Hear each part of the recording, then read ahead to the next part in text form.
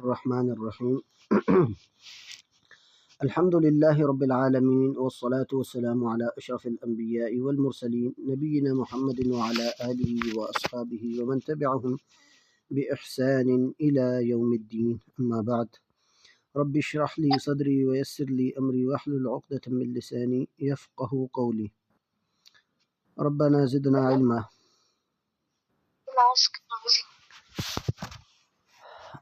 آج کا ہمارا سبق ہے یہاں سے وَدَلِيلُ الْخَوْفِ قَوْلُهُ تَعَالَى فَلَا تَخَافُوهُمْ وَخَافُونِ إِن كُنتُم مُؤْمِنِينَ۔ خوف کے متعلق ہم نے آج انشاءاللہ گفتگو کرنی ہے۔ ہم اصل میں پڑھ رہے ہیں عبادت کی اقسام، کیونکہ ہم پڑھتے ہیں لا الہ الا اللہ محمد الرسول اللہ، تو لا الہ الا اللہ یہ توحید ہے، اور محمد الرسول اللہ یہ رسول اللہ صلی اللہ علیہ وسلم کی رسالت کا اقرار ہے۔ تو ہم یہ عقیدے میں لا الہ الا اللہ کی بحث پڑھ رہے ہیں کہ لا الہ کا مطلب کیا ہے۔ لا الہ الا اللہ، کوئی کسی قسم کی بھی عبادت کے لائق نہیں ہے سوائے اللہ کے۔ تو گویا کہ مین بنیادی چیز عبادت ہے کہ عبادت کو اگر سمجھ لیا جائے تو تمام عبادات کو ہم اللہ کی طرف خاص کر لیں گے تو پھر ہماری توحید مکمل ہو جائے گی، اور اگر ہم نے اس عبادت کو نہیں سمجھا تو ہم وہ عبادت کسی اور کی بھی کر لیں گے جس سے ہم شرک میں پڑ سکتے ہیں۔ تو یہ ہے شرک، یعنی عبادت میں اللہ کے ساتھ کسی کو شریک ٹھہرانا۔ تو اسی کی تفصیل ہم پڑھ رہے تھے کہ عبادت کی اقسام میں سے سب سے پہلی قسم کو ذکر کیا گیا دعا اللہ تعالیٰ کی عظیم ترین عبادتوں میں سے ایک عبادت ہے، اسی لیے اس سے ابتدا کی گئی، اور اس کی ہم نے تفصیل پچھلی کلاس میں پڑھی کہ دعا جو ہے یہ عظیم ترین عبادت ہے، اس لیے یہ عبادت صرف اللہ تعالیٰ کی ہونی چاہیے۔ کسی اور سے اگر دعا کی جائے گی تو یہ شرک ہوگا، یہ اللہ تعالیٰ کا حق ہے کہ صرف اللہ سے مانگا جائے، کوئی اور اس کے لائق نہیں کہ ان سے مانگا جائے۔ پھر اس میں کچھ تفصیلات ہم نے ذکر کی جو میں خلاصتاً آپ کے سامنے ذکر کرتا ہوں کہ دعا سے مراد مانگنا ہے، پکارنا ہے، کسی سے سوال کرنا ہے، کسی سے کوئی چیز مانگنا ہے۔ تو اس میں کچھ صورتیں آ جاتی ہیں، مثلا آپ کے سامنے کوئی ایسا بندہ ہے جو حاضر ہے، زندہ بھی ہے، آپ اس سے کوئی ایسی چیز مانگتے ہیں جس پر وہ قادر ہے، مطلب آپ اسے پانی کہتے ہیں، آپ اس کو کہتے ہیں کہ آپ میرا فلاں کام کر دے، جس کی وہ طاقت رکھتا ہے، تو یہ چیز الگ ہے۔ یہ تو دنیا کے تعاون کا نظام اللہ تعالیٰ نے اسی طرح کا رکھا ہے کہ خاوند بیوی، بہن بھائی، ماں باپ اور اسی طرح دوست رشتہ دار، ان کے آپس میں معاملات اس طرح ہوتے ہیں کہ وہ ایک دوسرے کی مدد کرتے ہیں، اور اس کا اللہ تعالیٰ نے خود بھی حکم دیا ہے۔ یہ الگ معاملہ ہے، یہ اللہ تعالیٰ نے جائز اس کو قرار دیا ہے، اور بلکہ اس کا حکم دیا ہے وَتَعَاوَنُوا عَلَى الْبِرِّ وَالتَّقْوَىٰ۔ دوسری قسم یہ ہے کہ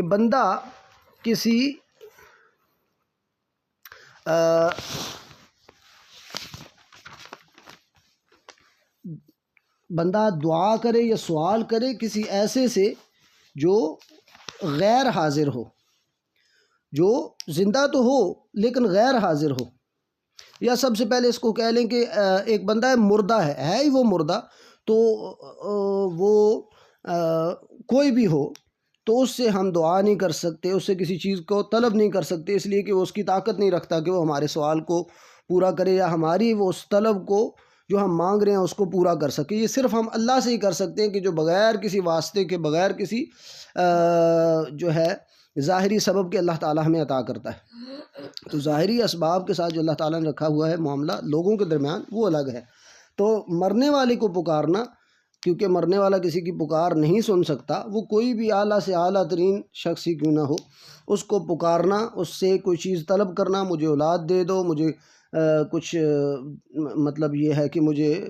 نفع دے دو، کوئی اور چیز جو بھی مانگی جائے گی، جس طرح کی دعا کی جاتی ہے، تو یہ شرک ہوگا۔ دوسرا یہ کہ کسی ایسے غیر حاضر سے جو آپ کے سامنے موجود نہیں ہے، زندہ ہوگا وہ، اور بے شک بعض اوقات کسی چیز پر قادر بھی ہو، لیکن وہ آپ کے سامنے موجود ہی نہیں ہے، آپ اس کو پکار رہے ہیں کہ اے علی یا اے غوث، اے فلاں فلاں، میری یہ مدد کرو، اگر وہ زندہ ہے لیکن آپ کے سامنے حاضر نہیں ہے، تو یہ بھی چیز جائز نہیں ہے، اور یہ بھی چیز ممکن نہیں ہے، اس کو بھی شرک کہا جائے گا، کیونکہ آپ اس کا عقیدہ رکھ رہے ہیں کہ وہ ایک جگہ نہ ہوتے ہوئے بھی میری بات کو سنے گا اور میری بات کا جواب دے گا اور میری اس طلب کو پورا کرے گا، تو یہ چیز بھی شرک ہوگی کہ آپ غیر حاضر، آپ کے سامنے کوئی نہیں ہے، آپ ویسے ہی اس کو پکار رہے ہیں کہ جی غوث پاک ہیں، میں ادھر سے بات کروں گا، میری بات کو سنیں گے بھی، اس کی جواب بھی دیں گے، اس کو پورا بھی کریں گے، تو یہ چیز شرک ہے۔ وہ کسی کے بارے میں بھی عقیدہ رکھ لیا جائے، حتیٰ کہ رسول اللہ صلی اللہ علیہ وسلم کے بارے میں بھی کوئی عقیدہ رکھے، حالانکہ وہ غیر حاضر بھی ہیں اور اسی طرح فوت بھی ہو گئے، تو ان کے متعلق بھی یہ عقیدہ نہیں رکھا جا سکتا۔ اسی طرح کوئی بھی جو زندہ بھی ہو لیکن غیر حاضر ہو، تو اس سے آپ بے شک وہ اس چیز کی قدرت بھی رکھتا ہو، وہ چیز دے بھی سکتا ہو، لیکن آپ کے سامنے حاضر نہیں ہے، آپ کا اس کو پکارنا یہ شرک ہوگا۔ تیسری یہ چیز تھی کہ ایک بندہ زندہ بھی ہے، حاضر بھی ہے آپ کے سامنے، لیکن آپ اس سے جو چیز مانگ رہے ہیں وہ اس کی طاقت ہی نہیں ہے، وہ صرف اللہ تعالیٰ کی طاقت ہے کہ وہ عطا کرے۔ مطلب آپ زندہ سے اور آپ کے سامنے حاضر سے آپ مانگ رہے ہیں کہ مجھے اولاد دے دو، حالانکہ وہ اولاد دینے کے قادر نہیں ہو سکتا، اللہ تعالیٰ صرف اس پر قادر ہے۔ تو آپ کسی کو اگر کہیں گے مجھے اولاد دے دے، بارش دے دے، رزق دے دے، کوئی ایسی چیزیں جو صرف اللہ کے ساتھ خاص ہیں، تو بے شک زندہ اور حاضر اور آپ کے سامنے موجود بھی ہے، تو وہ اس سے یہ چیز مانگنا شرک ہوگا، اس لیے کہ یہ صرف اللہ تعالیٰ کا خاصہ ہے۔ اور اس طرح کی دیگر تفصیلات ہم نے پچھلی کلاس میں ذکر کیا، یہ میں خلاصے کی صورت میں آپ کے سامنے پیش کر رہا تھا۔ آج کا ہمارا موضوع ہے خوف۔ یہ خوف جو ہے یہ بھی اللہ تعالیٰ کی عبادت کی اقسام میں سے ایک عظیم قسم ہے۔ خوف عبادت ہے، اور اس میں کیا چیز عبادت ہے، کون کون سی چیزیں عبادت میں نہیں آئیں گی، اور کون سا خوف جائز ہے، کون سا خوف فطری ہے، کون سا خوف حرام ہے، اور کون سا خوف شرک تک پہنچا دیتا ہے اور شرک ہوتا ہے، یہ تفصیلات انشاءاللہ آج کا ہمارا موضوع ہے۔ تو سب سے پہلے ہم آتے ہیں خوف کی تعریف کے متعلق۔ خیر یہ جو عبارت ہے اس کے متعلق ذرا اس کے متعلق ہم پڑھ رہے ہیں، وَدَلِيلُ الْخَوْفِ قَوْلُهُ تَعَالَى فَلَا تَخَافُوهُمْ وَخَافُونِ إِن كُنتُم مُؤْمِنِينَ۔ تو خوف کی دلیل، یعنی خوف اس بات کی دلیل کہ یہ خوف اللہ کی عبادات میں سے ایک عبادت ہے اور اس کو اللہ کے علاوہ کسی کے لیے کرنا جائز نہیں ہوگا، یہ جو ہے اس کی دلیل ذکر کریں گے۔ خیر خوف کی سب سے پہلے ہم تعریف سمجھتے ہیں کہ خوف ہوتا کیا ہے، کس کو کہتے ہیں، ورنہ ویسے تو یہ چیز مشہور ہے کہ خوف کہتے کس کو ہیں، بعض اوقات اگر اس کو تعریف سے بیان نہ بھی کیا جائے تو یہ چیز مشہور ہے۔ خوف کیا ہوتا ہے؟ الغرض مستقبل میں، خوف کی تعریف یہ ہے کہ مستقبل میں آنے والی کسی تکلیف کی وجہ سے بندہ جو دل میں ایک کرب کی کیفیت میں مبتلا ہوتا ہے، اس کو کہتے ہیں خوف۔ مستقبل میں آنے والی کی تکلیف کی وجہ سے جو بندہ دل میں ایک حرکت اور ایک بے سکونی اور کرب محسوس کرتا ہے، اس کو کہتے ہیں خوف۔ تو یہ خوف یہ عظیم قلبی اور دلی عبادات میں سے ایک عظیم عبادت ہے، اور یہ صرف اللہ تعالیٰ سے ہی خوف رکھنا چاہیے، اور یہ فرض عبادت ہے، بلکہ یہ عبادت کا بہت بڑا رکن ہے۔ یعنی عبادت خوف کے بغیر اس کا تصور نہیں، کیونکہ خوف ہی اللہ تعالیٰ کا ہوگا تو بندہ اللہ تعالیٰ کے سامنے کھڑا ہوگا، اللہ تعالیٰ کی فرما برداری کرے گا۔ یہ تو ہم بعد میں تقسیمات ذکر کریں گے کہ کون سا خوف جو ہے جائز ہے، کون سا محمود اور قابل تعریف خوف ہے۔ ان میں سے یہ خوف جو بندے کو واجبات پر ابھارے اور اللہ کی عبادت پر ابھارے، تو اس لحاظ سے یہ عبادت کا بڑا رکن ہے، بلکہ یہ کہا جائے کہ دین کا اخلاص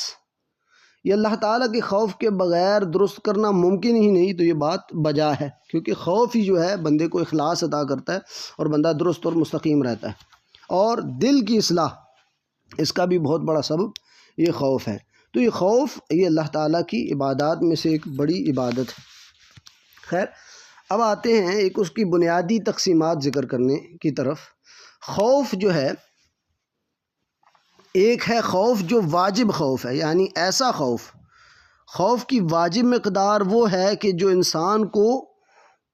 فرائض کی ادائیگی پر مجبور کر دے، ایسا خوف جو بندے کو اتنا خوف کہ جو بندے کو فرائض کی ادائیگی پر ابھار دے اور اس خوف کی وجہ سے بندہ فرائض کی ادائیگی پر لگ جائے، یہ واجب ہے اور فرض ہے، یہ خوف یہ ہونا چاہیے۔ اور ایسا خوف کی اتنی مقدار واجب ہے کہ جو بندہ اللہ تعالیٰ کی حرام کردہ چیزوں کو چھوڑنے پر مجبور ہو جائے، تو ایسا خوف بھی واجب ہے، یعنی اللہ کے فرائض، اللہ کے مقرر کردہ فرائض کو ادا کرنے میں، اور اسی طرح اللہ کے حرام کردہ امور کو چھوڑنے پر جو خوف ابھارتا ہے وہ خوف واجب ہے اور ضروری، اللہ تعالیٰ نے اس کا حکم دیا، اور یہ قابل تعریف خوف ہے۔ دوسرا ایسا خوف جو بندے کو مستحب امور، یعنی یہ پہلے سے اعلیٰ درجہ ہے، جو ایک تو واجب امور کو بھی کرنے پر بندے کو ابھارتا ہے، لیکن ایسا خوف جو بندے کو مزید مستحب امور اور اس کے کرنے، اور اسی طرح مکروہ جو امور ہیں ان سے رکنے کے اوپر بھی مجبور کرتا ہے اور ابھارتا ہے، ایسا خوف بھی قابل تعریف ہے۔ ایک تو واجب امور اور حرام کردہ سے روکنے والا خوف واجب ہے، اور اس سے اوپر درجہ ہے کہ عام جو مستحب امور ہیں جن کو چھوڑنے سے بندہ قابل ملامت نہیں، وہ بھی خوف قابل تعریف ہے۔ اور تیسرا خوف وہ ہے کہ اگر خوف کی مقدار ایسی ہو جائے کہ بندہ اس میں ٹینشن میں، پریشانی میں اور مایوسی میں مبتلا ہو جائے، مایوسی میں اگر مبتلا ہو جائے تو یہ قابل تعریف چیز نہیں ہے، بلکہ اللہ تعالیٰ نے اسے منع کیا ہے، اور یہ کہا ہے کہ لا تیأسوا من رحمت اللہ، اللہ تعالیٰ کی رحمت سے مایوس نہ ہو۔ ایسا خوف بھی قابل تعریف نہیں ہے۔ قابل تعریف کون سا ہے؟ جو بندے کو فرائض کی ادائیگی پر اور مستحب امور کی ادائیگی پر ابھارے اور چلا دے، اور دوسری طرف حرام کردہ امور سے روکنے کے لیے وہ خوف کارگر ثابت ہو، یہ قابل تعریف ہے۔ الغرض یہ خوف جو ہے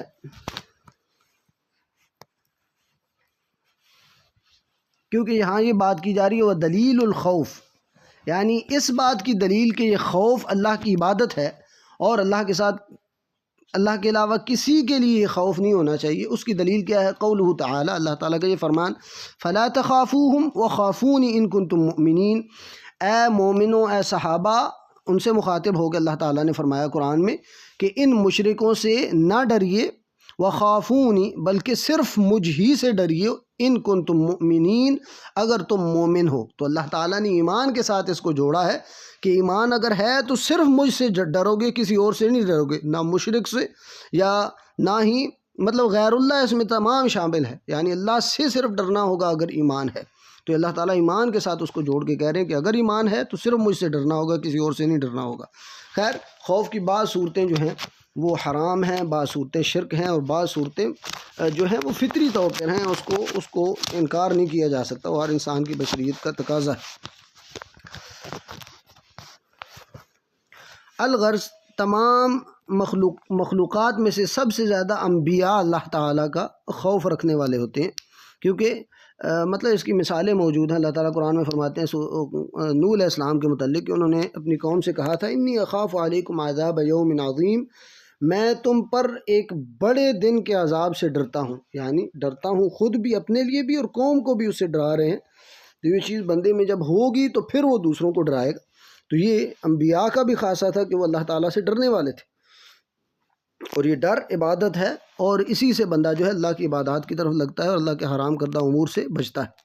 اسی طرح اللہ تعالیٰ نے نبی صلی اللہ علیہ وسلم کو بھی قرآن میں حکم فرمایا، قل انی اخاف ان عصیت ربی عذاب یوم عظیم، اے نبی صلی اللہ علیہ وسلم آپ فرما دیجئے کہ اگر میں اللہ تعالیٰ کی نافرمانی کر بیٹھا تو میں اس بات سے ڈرتا ہوں کہ کہیں بہت بڑا عذاب نہ آ گھیرے مجھے۔ نبی علیہ السلام کو باقاعدہ یہ کہلوایا گیا کہ میں اس بات سے ڈرتا ہوں کہ اگر میں نے اللہ کی نافرمانی کی تو بہت بڑے دن کا عذاب کہیں مجھے نہ گھیر لے۔ تو نبی علیہ السلام بھی اس بات کا خوف رکھتے تھے، اور پھر یہ بھی چیز سامنے آئی کہ خوف کس چیز سے رکھنا ہے؟ اللہ کے عذابوں سے، اللہ تعالیٰ کی سزاؤں سے، اور اللہ تعالیٰ کی پکڑ سے بندے کو خوف ہونا چاہیے، اور یہ چیز مستحضر رہنی چاہیے۔ اسی طرح سنن نسائی میں اور مسند احمد میں صحیح درجے کی یہ حدیث ہے، عبداللہ بن شخیر صحابی، یعنی میں نبی علیہ السلام کا عمل آپ کے سامنے پیش کرتا ہوں کہ نبی علیہ السلام کا کیسا ڈر ہوتا تھا اور یہ کتنی کارگر چیز ہے، اور نبی علیہ السلام کا عمل کیسا تھا۔ عبداللہ بن شخیر صحابی کہتے ہیں کہ میں نبی صلی اللہ علیہ وسلم کے پاس آیا تو وہ نماز پڑھ رہے تھے، نماز کی حالت میں نے دیکھا کہ ان رونے کی وجہ سے ان کے پیٹ سے ایسی آواز آ رہی تھی جیسے کہ ہنڈیا ابل رہی ہو۔ تو یہ نبی صلی اللہ علیہ وسلم کا عمل تھا اور یہ خوف تھا۔ تو انبیاء سب سے زیادہ خوف رکھنے والے ہیں۔ اسی طرح یہ چیز بھی بڑی اہمیت کے حامل ہے اسی ٹاپک کے تحت کہ جتنا بندہ اللہ کے متعلق معرفت رکھتا ہے، جتنا اللہ کے متعلق اس کو علم ہے کہ اللہ کیا طاقتیں رکھتا ہے، اللہ کی کیا قدرتیں ہیں اور اللہ تعالیٰ کی کیا کیا سزائیں ہیں، تو بندہ اتنا ہی اس سے خوف رکھے گا۔ اور جتنا بندہ اللہ سے بے خوف ہوگا، یہ اس بات کی دلیل ہوگی کہ اللہ تعالیٰ کی معرفت نہیں رکھتا، اللہ کے متعلق اس کو علم نہیں ہے، اللہ کی قدرتوں اور اللہ تعالیٰ کی طاقتوں کے بارے میں نہیں جانتا۔ اسی لیے نبی صلی اللہ علیہ وسلم نے فرمایا تھا نا، صحیح بخاری اور مسلم دونوں میں موجود ہے، انی لأعلمہم باللہ واشدہم لہ خشیۃ، کہ میں اللہ تعالیٰ کے بارے میں سب سے بڑھ کر علم رکھتا ہوں اور میں اللہ تعالیٰ سے سب سے زیادہ خوف رکھتا ہوں۔ اور بخاری ہی میں موجود ہے کہ اللہ کے نبی صلی اللہ علیہ وسلم نے فرمایا، واللہ لو تعلمون ما اعلم لضحکتم قلیلا ولبکیتم کثیرا، اللہ کی قسم جو میں جانتا ہوں اللہ کے متعلق اور اللہ تعالیٰ کی سزاؤں کے متعلق اور اللہ تعالیٰ کی جہنم وغیرہ کے متعلق، اگر تم یہ چیز جان جاؤ تو تمہارا ہنسنا بہت کم ہو جائے اور تمہارا رونا بہت زیادہ ہو جائے۔ اور اسی حدیث کے اگلے الفاظ سنن ابن ماجہ میں حسن سند کے ساتھ موجود ہیں کہ فرمایا، وما تلذذتم بالنساء، اگر وہ چیزیں جان جاؤ جو میں جانتا ہوں تو تم عورتوں کے پاس جانا اور اسی طرح وہ چھوڑ دو، وَلَخَرَجْتُمْ إِلَى الصُّعُودَاتِ تَجْأَرُونَ إِلَى اللَّهِ، اور تم پہاڑوں کی طرف چڑھ جاؤ اور اللہ تعالیٰ سے معافیاں مانگنا شروع کر دو اور رو اور اللہ کے سامنے گڑ گڑانا شروع کر دو۔ تو یہ اس کا مطلب ہے کہ جتنی اللہ تعالیٰ کی بندے کو معرفت ہوگی اور اللہ تعالیٰ کی قدرتوں اور اللہ تعالیٰ کی طاقتوں کا احساس ہوگا، اتنا ہی بندہ اللہ تعالیٰ سے خوف رکھے گا، اور یہ خوف اللہ تعالیٰ کی طرف لے کر آئے گا بندے کو، کیونکہ اللہ تعالیٰ کا واحد ایسا خوف ہے کہ بندے سے جب بندہ خوف رکھتا ہے تو بندہ اس سے بھاگتا ہے اور اس سے وحشت محسوس کرتا ہے اور اپنے آپ کو اس سے دور کرتا ہے۔ لیکن اللہ تعالیٰ کا یہ ایسا خوف ہے کہ بندہ جب اللہ تعالیٰ سے خوف رکھتا ہے تو پھر بندہ اللہ تعالیٰ سے انس محسوس کرنے لگتا ہے، اللہ کے قریب بڑھتا ہے، اللہ کے قریب ہونے لگ پڑتا ہے، اس لیے کہ خوف تو اللہ سے رکھنا ہے، لیکن خوف کے باوجود اس کو اس بات کا پتہ ہے کہ میرے پاس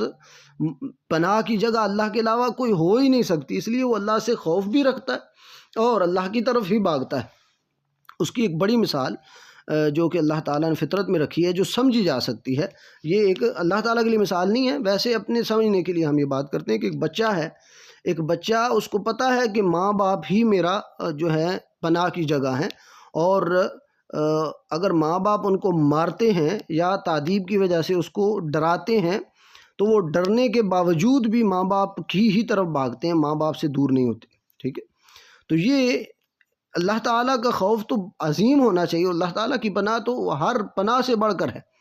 تو اس لیے اللہ تعالیٰ کا جو خوف ہے وہ اللہ تعالیٰ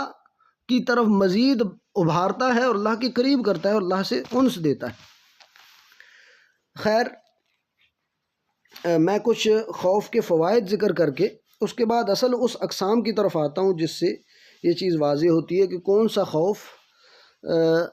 قابل مذمت اور کون سا خوف جو ہے جائز ہے۔ الغرض اللہ تعالیٰ سے خوف کے، کیونکہ یہ عبادت ہے اور عبادت کے اندر یہ خوف کا ہونا بڑا ضروری ہے، کیونکہ جیسا کہ میں نے پہلے ذکر کیا کہ خوف ہوگا تو تب بندہ واجب امور سے کہ کرنے پر آمادہ ہوگا اور اسی طرح اللہ کے حرام کردہ امور سے بچے گا۔ خوف کے بہت سارے فوائد قرآن و حدیث میں موجود ہیں، جیسا کہ پہلی چیز کہ اللہ تعالیٰ سے خوف ہی بندے کو اللہ تعالیٰ کی اطاعت کے راستے پر لگاتا ہے، جو کہ میں پہلے چیز ذکر کر چکا اور اس کے دلائل بھی گزر چکے۔ اور اسی طرح دل کی اصلاح یہ اللہ کے خوف کے بغیر ممکن نہیں، اور دل ہی بنیادی چیز ہے کہ جو انسان کو اس کے ذریعے ہی اصلاح ہے، اور اسی کے برے ہونے سے اور خراب ہونے سے بندے کا بگاڑ ہے۔ اور تیسرا بڑا فائدہ اللہ کے خوف سے وہ یہ ہے کہ بندہ خواہشات کی پیروی سے رک جاتا ہے، اور اللہ تعالیٰ کا خوف اگر ہے تو خواہشات کی اتباع نہیں ہوگی بلکہ اللہ تعالیٰ کی اتباع ہوگی، اور پھر وہ اللہ تعالیٰ سے ڈرے گا اور پھر وہ خواہشات کی اتباع میں نہیں لگے گا۔ جو بندہ خواہشات کا جتنا پیروکار ہے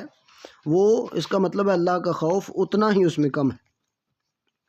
اور اللہ کا خوف نہ ہونے کی وجہ ہم نے پہلے ذکر کر دی کہ اللہ کی قدرتوں کے بارے میں نہیں جانتا، یا پھر جانتا ہے اس کا یقین نہیں ہے۔ اور چوتھا فائدہ یہ ہے کہ دل سے اگر اللہ کا خوف نکل جائے تو بندہ استقامت کی راہ پر نہیں رہ سکتا، بندہ اس دین پر مستقیم نہیں رہ سکتا بلکہ ڈگمگاتا رہتا ہے، کبھی ادھر گرتا کبھی ادھر گرتا۔ اور اسی طرح پانچواں فائدہ یہ ہے کہ اللہ سے خوف یہ بندے کو اللہ کی آیات میں بصیرت عطا کرتا ہے۔ اللہ تعالیٰ قرآن میں فرماتے ہیں نا، ان فی ذلک لآیۃ لمن خاف عذاب الآخرہ۔ اللہ تعالیٰ نے قوموں کے متعلق ان کو جو سزائیں ہوئیں ان کے گناہوں کی وجہ سے اور ان کے شرک کی وجہ سے، اس کے بعد اللہ تعالیٰ فرماتے ہیں کہ یہ سارے جو قصے ہیں ان میں اس بندے کے لیے نشانی ہے کہ جو اللہ تعالیٰ کے جو آخرت کے عذاب سے ڈرتا ہے۔ جو آخرت کے عذاب سے ڈرنا یہ بندے کے لیے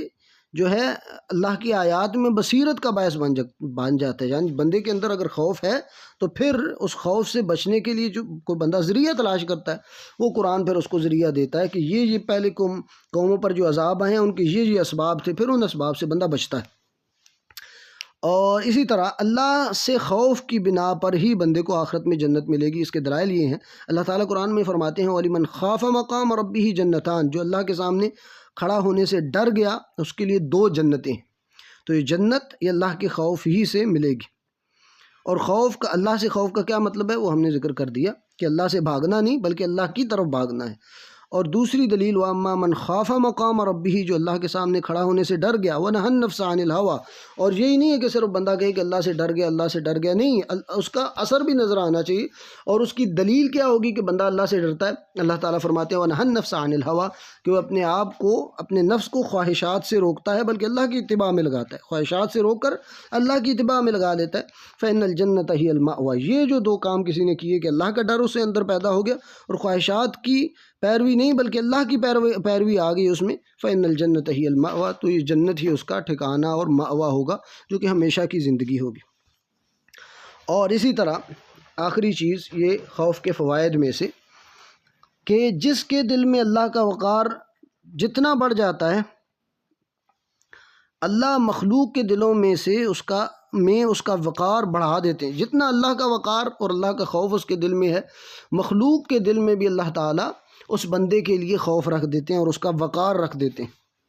اور پھر اللہ تعالیٰ لوگوں کو اس بات سے روک دیتے ہیں کہ اس کو ذلیل کریں یا رسوا کریں۔ تو یہ اللہ تعالیٰ نے اپنے خوف کی خصوصیات رکھی ہیں اور اس کے فوائد رکھے۔ اب آتے ہیں ان اقسام کی طرف جو ضروری ہیں اور جو ہم آج جس کے لیے یہ چیز پڑھ رہے ہیں، جو توحید اور خاص کر عبادت میں شرک کا باعث بن سکتی ہیں۔ تو سب سے پہلے آتے ہیں جو کہ مین چیز ہے خوف، ایسا خوف جو کہ خوف عبادت ہے، جس کو عبادت کہا جائے۔ وہ کون سا خوف ہے جو عبادت ہے اور اس میں کیا کیا صورتیں شرک کی ہیں؟ تو دیکھیں، خوف اللہ تعالیٰ کا خوف کیا ہے کہ ہم اللہ سے ڈرتے ہیں کہ کہیں ہم اللہ کی پکڑ میں نہ آ جائیں، تو ہم اللہ کی نافرمانی سے بچتے ہیں اور اللہ تعالیٰ کی اطاعت کرتے ہیں۔ اور ہمیں کیا خوف ہوتا ہے کہ کہیں ہمیں اللہ تعالیٰ پکڑ نہ لے، کیونکہ اللہ تعالیٰ جب چاہیں، جس کو چاہیں اللہ تعالیٰ اس کو پکڑ سکتے ہیں اور اللہ تعالیٰ کی سزا آ سکتی ہے، اور اللہ تعالیٰ کی سزائیں اور اللہ تعالیٰ کی قدرت ہر ایک کے اوپر ہے۔ یہ عقیدہ جو ہے یہ صرف اللہ تعالیٰ کے ساتھ رکھا جا سکتا ہے کہ یہ اللہ تعالیٰ جہاں چاہیں، جیسے چاہیں اللہ تعالیٰ بندے کو پکڑ سکتے ہیں۔ اگر ہم اس کے اطاعت گزاری نہیں کریں گے اور اللہ کی نافرمانی پر لگے رہیں گے تو اللہ تعالیٰ کی پکڑ کہیں بھی آ سکتی ہے اور کبھی بھی آ سکتی ہے۔ مثلا کوئی بندہ اللہ کے علاوہ کسی بت یا کسی طاغوت، کسی قبر اور کسی درخت یا کسی پتھر یا کسی بھی غیر اللہ کے ساتھ دل میں اس بات کا خوف رکھے کہ وہ اسے تکلیف دے سکتا ہے۔ مثلا کہ کسی قبر والے سے یا کسی پیر سے یا کوئی ایسا بندہ جو اللہ کے علاوہ کوئی بھی، اس سے اس طرح کا خوف رکھے کہ وہ اسے نقصان دے سکتا ہے یا اس پر اپنی کوئی سزا نازل کر سکتا ہے اگر یہ اس کو نہ پکارے یا اس کی پناہ نہ مانگے، یا تو مطلب بندہ اس بات سے ڈرے کہ مطلب جیسے یہ باتیں مشہور ہیں ہمارے ہاں کہ اگر فلاں قبر والے کے متعلق آپ نے بات کی، فلاں پیر کے متعلق آپ نے بات کی تو آپ کا یہ نقصان ہو جائے گا، وہ آپ کی اولاد کو تباہ کر دے گا، وہ آپ کی زندگی میں یہ فساد لے آئے گا، یا یہ نقصان آپ کا کر سکتا ہے۔ یہ اگر کسی کے بارے میں عقیدہ رکھا جائے گا تو یہ شرک ہے، یہ شرک اکبر ہے اور بندہ اسلام سے خارج ہو سکتا ہے، کیونکہ یہ چیز صرف اللہ تعالیٰ ہی کے لائق ہے اور اللہ تعالیٰ کی شان ہے۔ مثلا ایک اور بھی مثال اس کی بیان کی جا سکتی ہے کہ اکثر آپ نے یہ بات سنی ہوگی کہ اگر فلاں قبر والے کو اگر آپ نے برا بھلا کہا تو وہ آپ کو یہ نقصان دے دے گا، آپ کا یہ کر دے گا۔ مطلب اس کی بڑی ایک مثال یہ ہے کہ ہود علیہ السلام، یعنی یہ آپ ایسی مثال سنیں گے جو کہ ہمارے ہاں اکثر موجود ہے، جو لوگ قبروں کے ساتھ تعلق رکھتے ہیں اور قبر پرستی کا باقاعدہ شکار ہیں جہالت کی وجہ سے یا جان بوجھ کر بھی، تو ان لوگوں میں بھی آپ یہ چیز دیکھتے ہوں گے۔ ہود کی قوم کے متعلق اللہ تعالیٰ قرآن میں فرماتے ہیں کہ جب ہود علیہ السلام نے ان کو دعوت دی نا، تو آگے سے ان کی قوم کہتی ہے جو کہ شرک کے رسیہ ہو چکے تھے اور شرک میں مبتلا تھے، تو وہ ان کو کہتے ہیں ان نقول الا تراک بعض آلہتنا بسوء، ہم تو یہ کہتے ہیں، یعنی یہ جو آپ ہمیں دعوت دے رہے ہیں اور آپ لگے ہوئے ہیں، ہم آپ کو جو ہے رسوا کر رہے ہیں اس کے باوجود بھی، تو فرما رہے ہیں ہم یہ سمجھتے ہیں کہ ہمارے جو آلہہ ہیں، ہمارے یہ جو معبود ہیں جن کی ہم عبادت کرتے ہیں اور آپ ہمیں ان کی عبادت سے روکتے ہیں، انہوں نے آپ کو پاگل بنا دیا ہے۔ ہود علیہ السلام کو، نبی کو یہ کہہ رہے ہیں کہ ان کی عبادت سے آپ ہمیں روکتے ہیں، تو ان کی عبادت سے روکنا ہی یہ چیز اس بات کا سبب بنی ہے کہ ان لوگوں نے آپ کو پاگل کر دیا ہے، وہ قبر والے ہوں یا جو بھی ہو جن کے متعلق ان کا شرک تھا۔ تو ہود علیہ السلام نے آگے سے جواب دیا تھا، قال انی اشہد اللہ، انہوں نے کہا کہ میں اللہ تعالیٰ کو اس بات کا گواہ بناتا ہوں، واشہدوا، اور تم بھی گواہ بن جاؤ کہ انی بریء مما تشرکون، تم جو یہ شرک کر رہے ہو میں اس سے بری ہوں۔ ان کا شرک کیا تھا؟ وہ یہ شرک کر رہے تھے کہ وہ جن کی عبادت کرتے تھے ہود علیہ السلام ان کی عبادت سے روکتے تھے، تو یہ لوگوں نے ہود علیہ السلام سے کہا کہ آپ جو ہمیں ان کی عبادت سے روک رہے ہیں، تو اس وجہ سے یہ آلہہ ہمارے جن کی ہم عبادت کرتے ہیں انہوں نے آپ کو پاگل بنا دیا ہے، ٹھیک ہے۔ تو یہ جو خوف وہ دلا رہے ہیں اور وہ کہہ رہے ہیں کہ یہ آپ کو یہ تکلیف دے سکتے ہیں، حالانکہ اللہ کے علاوہ کوئی اس طرح کی تکلیف دے، اللہ تعالیٰ ہی کی طرف سے کوئی تکلیف ہو سکتی ہے اور اللہ کی طرف سے پکڑ ہو سکتی ہے، ایسی کوئی پکڑ جو ہے اللہ کے علاوہ کوئی نہیں کر سکتا، خاص کر جو غیر حاضر ہے اور خاص کر جو مر چکا ہے اور اس طرح کی دیگر چیزیں، تو یہ اللہ تعالیٰ کے ساتھ خاص ہے کہ اس سے ڈرا جائے۔ یہ الگ چیز ہے، یہ ایک فطری خوف ہے کہ آپ کے سامنے کوئی چاقو اور خنجر لیے ہوئے ہے اور وہ آپ کو مارنا چاہتا ہے اور اس بات پر قادر بھی ہے، آپ ان سے ڈریں، تو یہ ایک فطری خوف ہے۔ لیکن آپ کسی کے بارے میں کہہ رہے ہیں کہ فلاں پیر فلاں جگہ بیٹھے ہیں یا فلاں قبر والا فلاں جگہ ہے، لیکن جو ہے میں اس بات سے ڈرتا ہوں کہ میں نے اگر ان کے متعلق کوئی غلط بات کر دی تو ان کو پتہ چل جائے گا اور ان کو علم ہو جائے گا اور وہ مجھے یہ نقصان کر سکتے ہیں، یہ عقیدہ رکھنا، یہ خوف رکھنا، یا ان کی پکڑ ہو جائے گی، ان فلاں نے ایسے کیا تھا تو فلاں ہو گیا تھا، فلاں نے ایسا کیا، فلاں نے ان کے متعلق یہ بات کہی تھی تو ان کی اولاد میں یہ بگاڑ آ گیا تھا، ان کے جو ہے یہ نقصان ہو گیا تھا۔ تو یہ چیز جو ہے شرک ہے اور یہ اللہ تعالیٰ کے لیے خاص ہے کہ اس سے اس طرح ڈرا جائے کہ ہم اگر اللہ کی نافرمانی کریں گے تو اللہ تعالیٰ کی پکڑ آ سکتی ہے۔ کسی غیر اللہ کے متعلق اگر یہ خوف ہوگا تو یہ شرک ہے۔ اور یہ حقیقت ہے کہ یہ قبر پرست لوگ اہل توحید کو جب یہ قبروں کی عبادت کا انکار کرتے ہیں اہل توحید اور کہتے ہیں کہ اللہ کی صرف عبادت کرو، تو یہ قبر پرست ان کو ڈراتے ہیں، کہتے ہیں کہ یہ قبر والے یہ آپ کا یہ نقصان کر دیں گے، آپ کی اولاد کی تباہی ہو جائے گی، آپ کا فلاں نقصان ہو جائے گا۔ تو یہ چیز بالکل توحید کو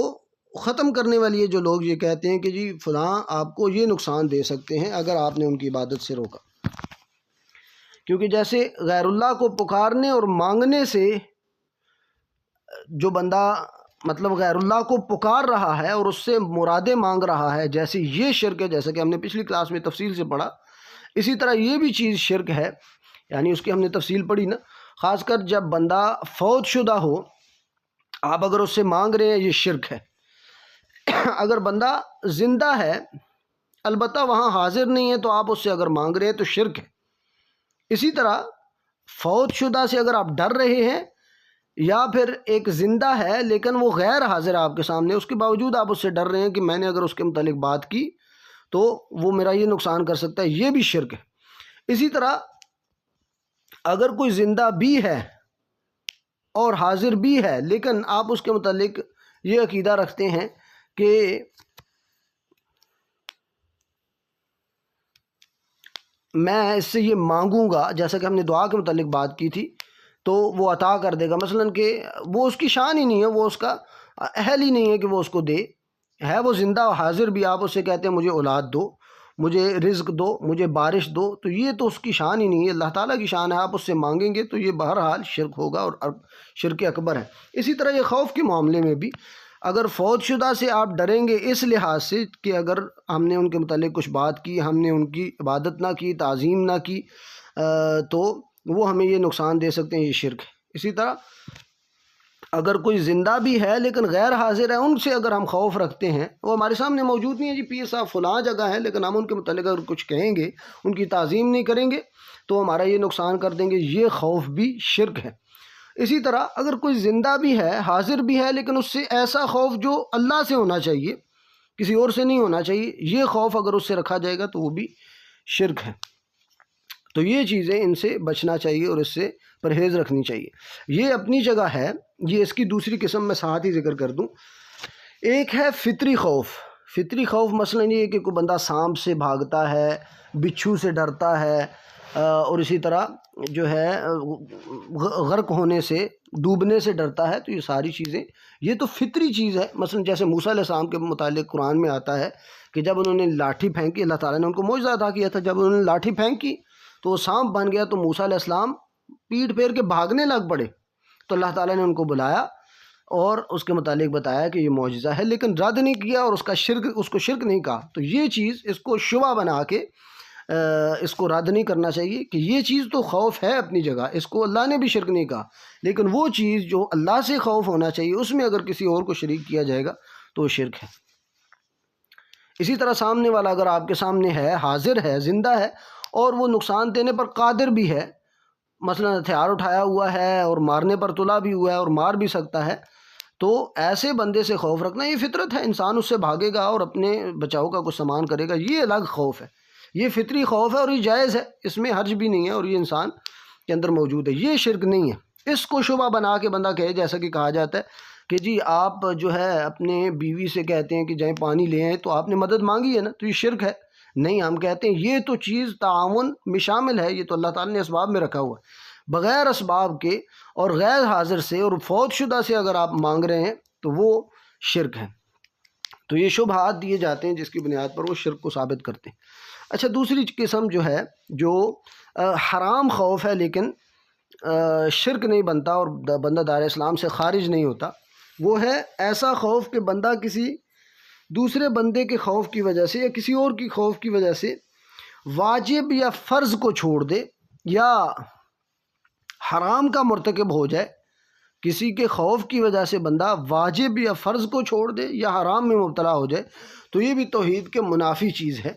البتہ اس سے بندہ اسلام سے خارج نہیں ہوتا، یہ بڑا گناہ ہے، حرام چیز ہے کہ بندہ کسی کی خوف کی وجہ سے اللہ کے واجبات اور فرض کو چھوڑ دے یا کسی کی خوف کی وجہ سے کوئی حرام کر بیٹھے، اللہ یہ کہ کوئی مجبوری ہو، ایک تو کسی نے سر پہ بندوق رکھی ہوئی ہے اور آپ سے کوئی حرام کام کروا رہا ہے، تو اس کا تو آپ سے مرفوع القلم ہوئے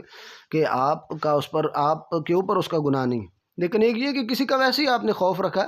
اور عبادت سے رک گئے اور حرام کام میں مبتلا ہو گئے، تو یہ چیز خیر اس میں بھی اگر دیکھا جائے کہ آپ اس سے ایسا خوف رکھ رہے ہیں جو اللہ کا خوف ہونا چاہیے، تو وہ چیز شرک اکبر بن سکتی ہے۔ خیر اس میں اور کافی ساری چیزیں تھیں، آج ہماری کلاس بھی لیٹ ہو گئی، تو اس کی کچھ بقیہ جو چیزیں ہیں انشاءاللہ کل کی کلاس میں ذکر ہوں گی۔ بارک اللہ فیکم جمیعا، السلام علیکم ورحمۃ اللہ وبرکاتہ۔ اس کے متعلق کسی